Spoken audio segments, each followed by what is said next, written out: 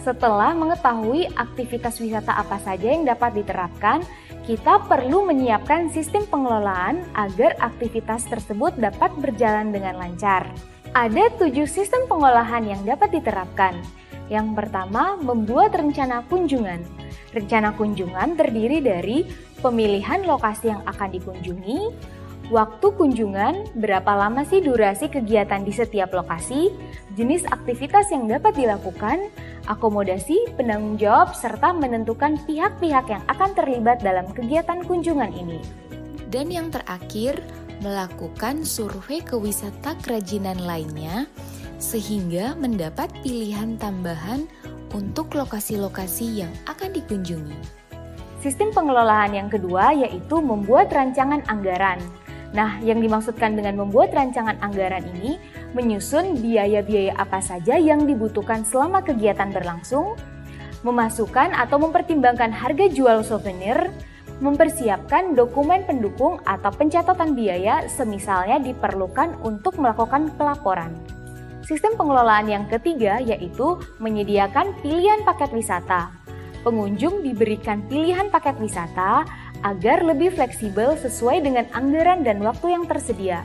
Kita dapat menentukan target pasar, metode pembayaran, serta melakukan penelitian aktivitas dan pengelolaan wisata kerajinan di daerah lain. Sistem pengelolaan yang keempat yaitu melakukan promosi.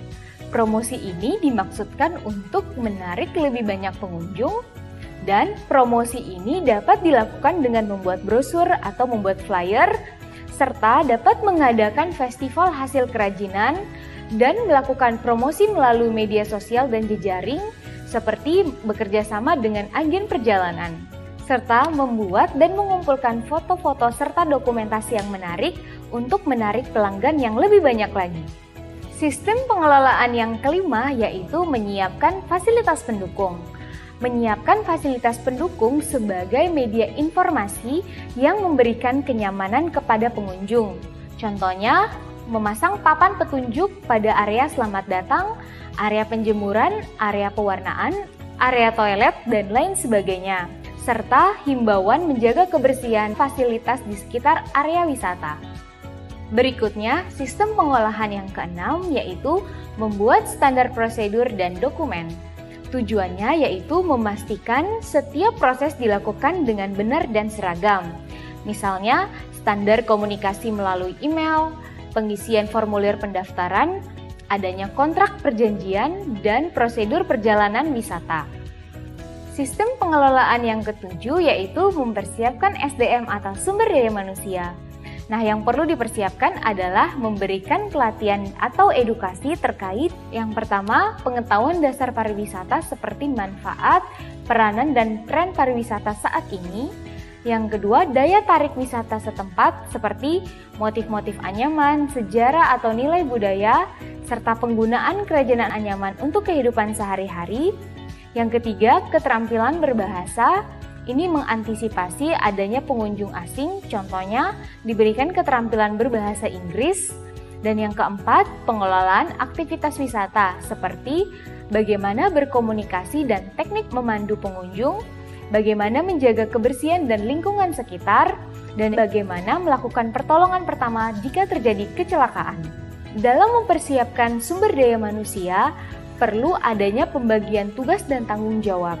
Nah, apa saja tugas dan tanggung jawab yang dapat dibagi? Yang pertama, koordinator lapangan. Nah, koordinator lapangan ini bertanggung jawab penuh terhadap seluruh aktivitas operasional di lokasi wisata, serta dapat menetapkan kebijakan-kebijakan yang strategis untuk pengelolaan wisata. Koordinator lapangan ini diharapkan memiliki keterampilan manajerial serta keterampilan komunikasi yang baik. Yang berikutnya, bendahara. Bendahara memiliki tugas utama untuk mempertanggungjawabkan semua penerimaan, pendapatan, dan pengeluaran pembiayaan di lokasi wisata. Nah, bendahara ini wajib memiliki keterampilan penguasaan ilmu keuangan dan hukum, serta peraturan yang berlaku. Yang kedua, keterampilan menggunakan komputer dan memiliki ketelitian. Yang berikutnya, pemandu wisata.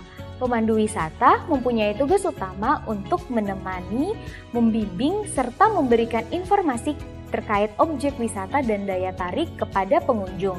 Keterampilan utama yang harus dimiliki oleh pemandu wisata yaitu keterampilan berkomunikasi dan storytelling, keterampilan penguasaan bahasa asing, dan pemahaman terkait area wisata, sejarah, dan budaya. Selanjutnya, perajin.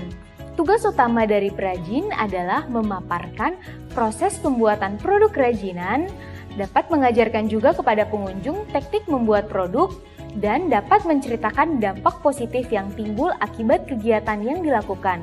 Keterampilan yang harus dimiliki oleh perajin adalah keterampilan membuat produk kerajinan dan mengajarkan kepada turis, dan yang kedua, keterampilan komunikasi atau storytelling. Nah, setelah mempelajari 7 sistem pengelolaan wisata kerajinan, berikut terdapat beberapa tips pengelolaan wisata kerajinan yang dapat diterapkan. Yang pertama, perbanyak cerita. Cerita bisa menjadi salah satu strategi pemasaran. Tips yang kedua, melibatkan pengunjung.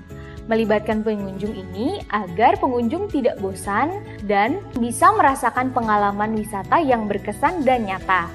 Tips yang ketiga, menggabungkan dengan potensi wisata lainnya yang bertujuan agar memperbesar target pasar dan pengunjung tidak bosan dengan wisata yang ada serta banyaknya variasi pelanggan yang akan berkunjung.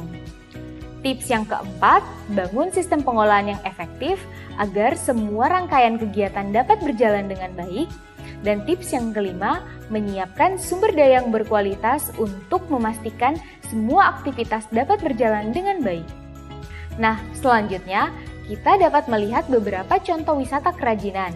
Misalnya, wisata kerajinan tenun di Desa Sade, Nusa Tenggara Timur. Aktivitas wisata yang dapat dilakukan yang pertama, melihat proses pembuatan kain tenun.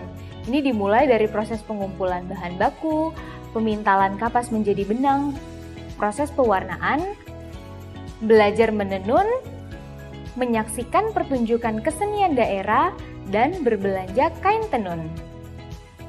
Contoh yang berikutnya, wisata kerajinan bambu di Desa Brajan, Yogyakarta. Aktivitas wisata yang dapat dilakukan yaitu yang pertama, melihat proses pembuatan kerajinan bambu, belajar membuat kerajinan bambu, menyaksikan pertunjukan kesenian tradisional, berfoto di Taman Wisata Brajan, taman yang terbuat dari bambu, serta berbelanja produk kerajinan bambu untuk meningkatkan ekonomi yang ada di daerah setempat. Dari keseluruhan pemaparan modul ini, kita dapat mengambil kesimpulan yang pertama, industri pariwisata terus berkembang dan pengunjung semakin mencari pengalaman unik, otentik, dan memungkinkan mereka untuk berinteraksi dengan masyarakat lokal. Yang kedua, pengelolaan pariwisata di setiap daerah harus dilakukan dengan baik agar bermanfaat dan tidak menimbulkan dampak negatif terhadap lingkungan dan masyarakat sekitar. Yang ketiga, kerajinan anyaman merupakan budaya lokal yang unik dan otentik yang mencerminkan tradisi yang kuat serta memiliki aspek pemberdayaan komunitas sehingga berpotensi sebagai daya tarik wisata. Dan yang keempat, beberapa hal yang perlu dilakukan untuk mempersiapkan masyarakat lokal agar dapat menjadikan ciri khas kerajinan daerahnya sebagai daya tarik pariwisata, yaitu yang pertama, mempersiapkan aktivitas wisata, dan yang kedua, mempersiapkan sistem pengelolaan yang baik. Demikian modul pembelajaran ini. Terima kasih.